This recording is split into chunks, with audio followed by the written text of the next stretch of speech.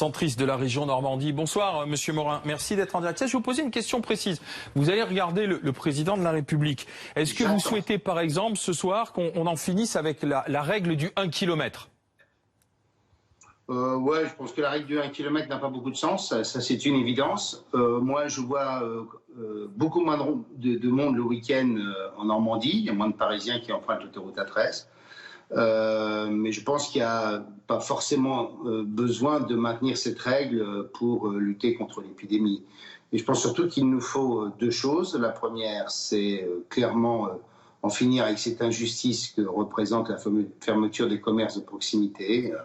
Beaucoup de pays européens ont pratiqué autrement et ils s'en sortent pas plus mal que nous. Et puis deuxièmement, très clairement fixer un cadre territorial à ce déconfinement, qui, si j'ai bien compris, va être très progressif, parce que la situation de l'épidémie est très différente entre la Charente-Maritime, pour prendre un département qui n'est pas normand, la Manche et la région parisienne, pour prendre des cas extrêmes. Donc vous souhaitez qu'on s'appuie davantage sur les élus locaux et les pouvoirs publics locaux?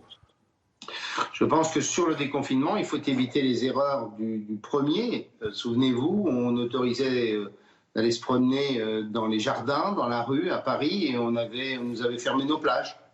Bon, voilà, il y avait toute une série d'incohérences de ce type. Puis il y a très clairement besoin de fixer un cap. Je vous écoutais en attendant la prise d'antenne. On a des compatriotes qui sont à la fois très résignés, mais aussi très déprimés. Et donc il faut qu'il y ait clairement un moment où nos compatriotes vont pouvoir retrouver un moment en famille, un moment d'amour, d'affection, un moment des fêtes de Noël, et que le chef de l'État mette un peu de lumière au bout du tunnel, parce que là, on a quand même un pays qui est en grande difficulté, à la fois économique et sociale.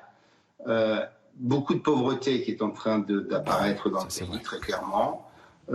Et puis surtout, une espèce de déprime en disant, mais on va nous voler combien de temps encore de notre vie, quoi.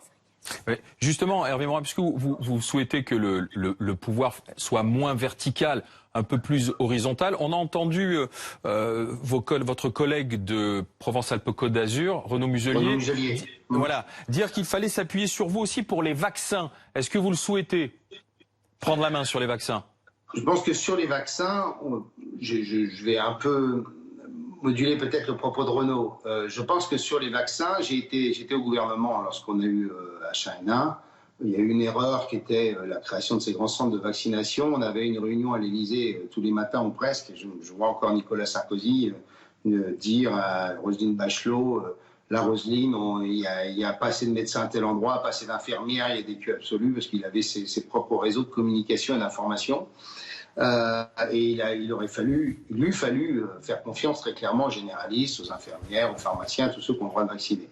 Donc je pense que la première chose, c'est qu'il faut faire confiance au secteur libéral. Oui, je pense que c'est pour la et aussi pour la pédagogie, en effet.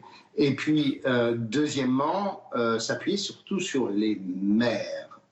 Les maires sont capables de bâtir réellement des instruments, faire appel à tas de bonne volonté, à la solidarité humaine que représentent les collectivités de proximité.